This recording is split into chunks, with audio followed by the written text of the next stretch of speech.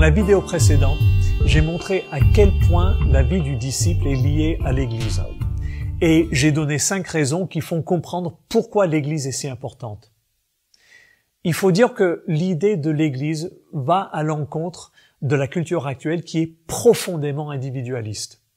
Et cette insistance sur l'individu à tout prix déteint facilement sur notre manière de comprendre la vie chrétienne. On entend parfois des remarques du style « Je n'ai pas besoin de l'Église, je peux louer Dieu tout seul ». Et sans aller jusque-là, on a souvent cette idée que l'Église est surtout utile dans la mesure où elle m'aide à progresser dans ma vie de foi. Il faut dire qu'il y a là une vision surtout consumériste de l'Église.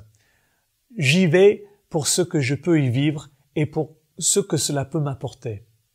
De fait, lorsque le Nouveau Testament parle de la vie chrétienne, il le fait la plupart du temps en parlant non pas de la vie chrétienne individuelle, mais de la vie en Église.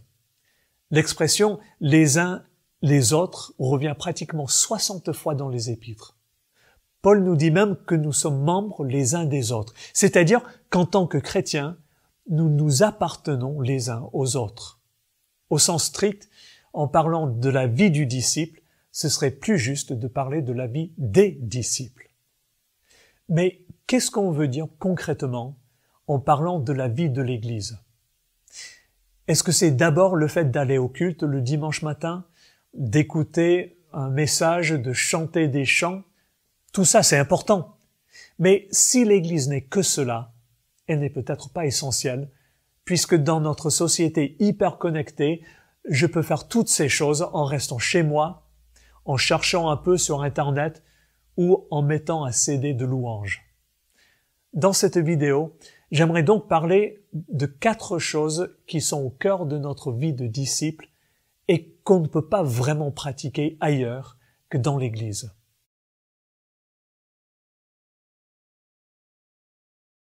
La première chose, c'est l'entraide mutuelle.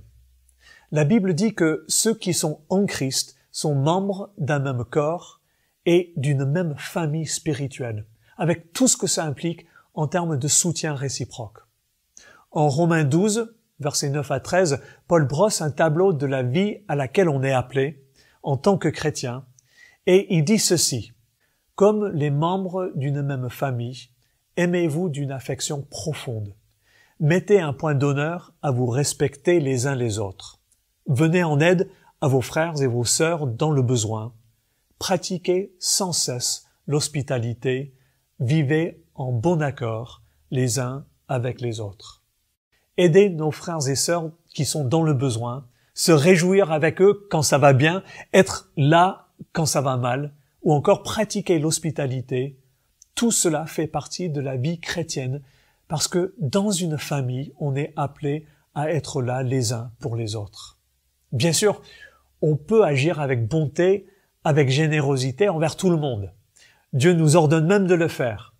Mais comme dans une famille où on prend soin les uns des autres, ce souci réciproque, ce n'est pas simplement de la gentillesse, c'est l'expression du fait qu'on s'appartient les uns aux autres. Comme Paul le dit dans sa lettre aux Galates, faisons du bien à tous et surtout à nos frères et sœurs dans la foi.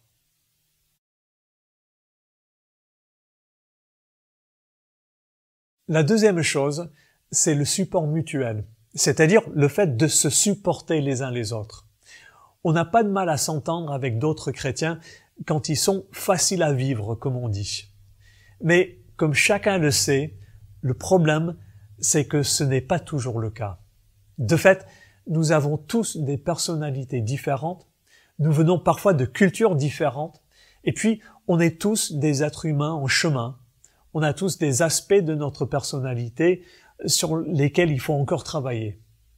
Mais en tant que disciple de Jésus-Christ et membre d'une même famille, il est important de ne pas chercher des relations seulement avec des frères et sœurs avec qui on a des atomes crochus. En Colossiens 3, 12 et 13, Paul dit ceci: « Dieu vous a choisi, vous lui appartenez et il vous aime. C'est pourquoi revêtez-vous d'affectueuse bonté, de bienveillance, d'humilité, de douceur et de patience. Supportez-vous les uns les autres. Dans un autre passage, il dit « Accueillez-vous les uns les autres, comme le Christ vous a accueillis ». Dans l'Église, on est appelé à démentir le vieux dicton « Qui se ressemble s'assemble ». Ce n'est pas toujours facile, et parfois on préférerait éviter les personnes qu'on a du mal à supporter. Mais cet accueil mutuel en Christ est vital. Pourquoi? Parce que c'est en supportant et en accueillant notre frère, notre sœur, qu'on rend visible l'accueil que Dieu nous a manifesté en Christ.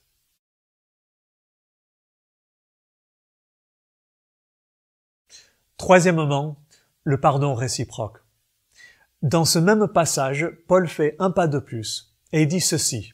« Si l'un de vous a une raison de se plaindre d'un autre, pardonnez-vous réciproquement, tout comme le Seigneur vous a pardonné. Et par-dessus tout, ayez de l'amour, ce lien qui vous permettra d'être parfaitement unis. » Il n'est pas toujours évident de supporter ceux qui ont un caractère un peu pénible, mais c'est encore plus difficile de pardonner à des personnes qui nous ont fait du tort. Et ne soyons pas naïfs. Dans l'Église, on se frotte à des gens qui, tout comme nous, sont marqués par le péché et qui ont besoin de progresser dans cette transformation à l'image du Christ. Et comme on dit parfois, qui s'y frotte, s'y pique. Il ne va pas de soi de passer sur une faute quand quelqu'un nous a fait du tort et de nous préserver de la rancune à son sujet. Je reviendrai sur ce sujet dans une autre vidéo parce que ce pardon est essentiel pour la vie chrétienne. Relevons simplement ce que Paul dit. Nous sommes appelés à nous pardonner les uns aux autres comme le Seigneur lui-même nous a pardonnés. Nous sommes au bénéfice d'un pardon extraordinaire. Jésus-Christ a pris sur lui le jugement qu'on méritait à cause de notre péché, de notre désobéissance, de notre désir de vivre pour nous-mêmes plutôt que pour Dieu qui nous avait créés pour lui. Dieu est le Dieu du pardon. Et puisque son projet, c'est de nous refaire à son image, ça implique qu'on doit être prêts, nous aussi, à pardonner les uns aux autres, à l'image de ce pardon que nous avons reçu. L'Église est la communauté de celles et ceux qui vivent du pardon. Et c'est donc aussi la communauté où ce pardon doit devenir visible, au travers de notre pardon les uns envers les autres.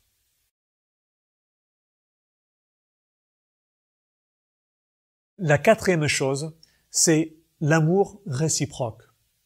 Dans la société moderne, on parle énormément de l'amour et avec ça, des relations amoureuses, comme aussi le fait d'être déçu par l'amour.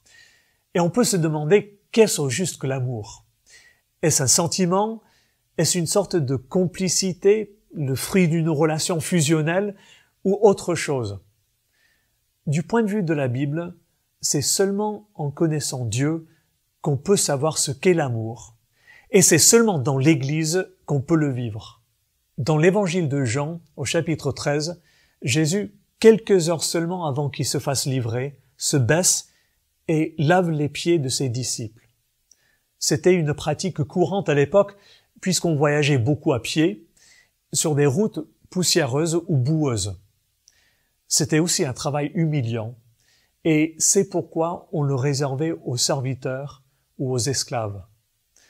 En lavant les pieds de ses disciples, Jésus montre que l'amour est indissociable au fait de se mettre au service de l'autre, de rechercher le bien de l'autre et non de soi.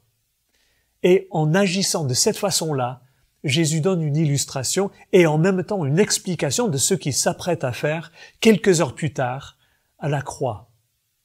Mais ce qu'il faut voir, c'est que juste après cela, il dit à ses disciples que leurs rapports entre eux doivent se vivre de la même façon et être à l'image de son amour pour eux.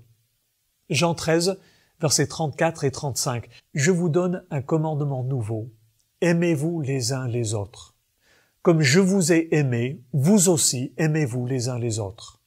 À ceci, tous reconnaîtront que vous êtes mes disciples si vous avez de l'amour les uns pour les autres. » Dans d'autres passages, Jésus nous dit d'aimer notre prochain autant qu'on est naturellement porté à s'aimer soi-même. Ça, on l'a déjà vu.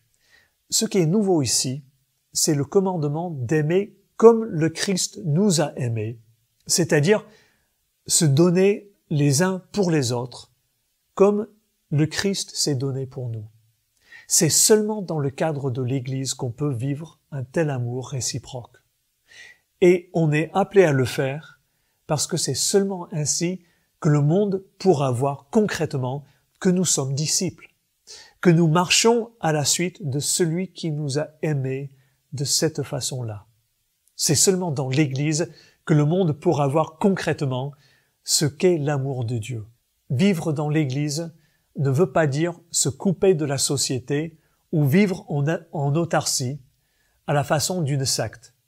Mais en vivant entre nous de cette façon devant le monde et au milieu de la société, les autres pourront entrevoir et recevoir l'amour de Dieu, eux aussi.